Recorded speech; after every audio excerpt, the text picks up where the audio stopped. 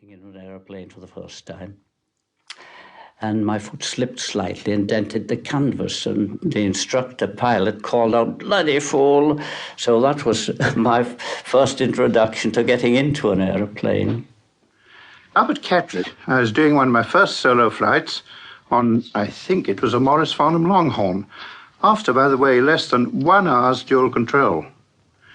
Well, I looked out and noticed that one of the wooden struts supporting the top wing was splitting rather badly. So I put her nose down and landed in a field near a village. In the post office, I bought a 6-penny ball of string and 2 ash walking sticks and lashed them to the broken strut, swung the prop, climbed in again and flew home. Looking back now, you know, the only odd thing about that story is that it didn't strike me in the least as odd at the time. There were lucky escapes for some, but not all. Practicing sending messages by Morse to a ground crew, busy flying the aeroplane with my left hand and tapping Morse with my right. I got into a spin at about 500 feet and spun straight into the ground. Fortunately, I was pitched out, knocked unconscious. Anyway, I recovered from that, and in about 10 days I was flying again. Just then, the chief instructor appeared in all his glory, and we forgot everything in our admiration and awe of this hero, who really wasn't very much older than any of us. With a very casual, "Morning, chaps," he left us with the second instructor, a flight sergeant, ran his engine up, waved away the chocks, grinned at us, and took off. He climbed to about 500 feet, did a couple of circuits, and put her nose down to land over the hangar.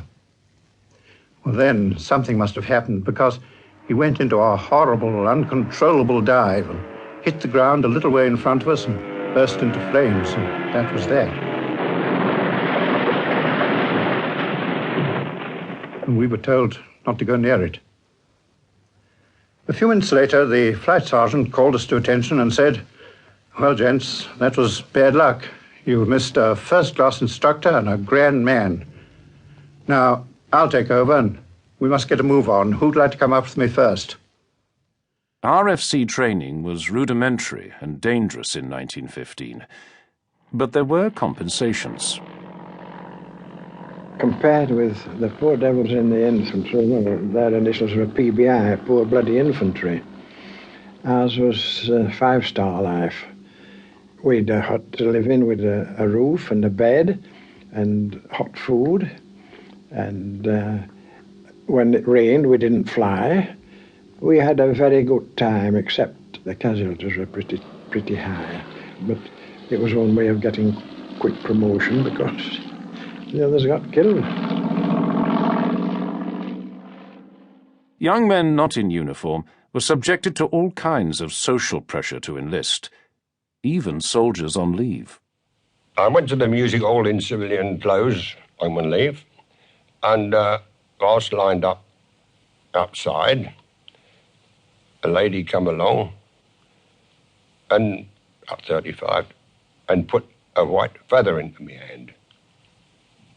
I looked at it, felt very disgusted, and there wasn't much I could do about it. As well as being given white feathers, there was another method of approach.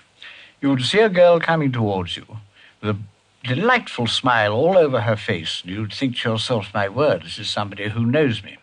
When she got to about 5 or 6 paces from you, she would suddenly freeze up and walk past you with a look of utter contempt and scorn. If she could have spat, she would have spat. She just did not do that. And that was far more hurtful than a white feather, because it made you curl up completely, and there was no reply because she walked on. The actress Faye Compton remembers that in the theatre there were calls for volunteers. I was playing in a musical comedy at the Shaftesbury Theatre called The Cinema Star, with Cicely Courtness and Jack Halbert and Harry Welshman, a lot of us. And everything stopped, and we were taken on tour with the Cinema Star. And we all used to take turns. Dorothy Ward, Cicely Courtness, and I used to take turns at singing, "For we don't want to lose you, but we think you ought to go," between the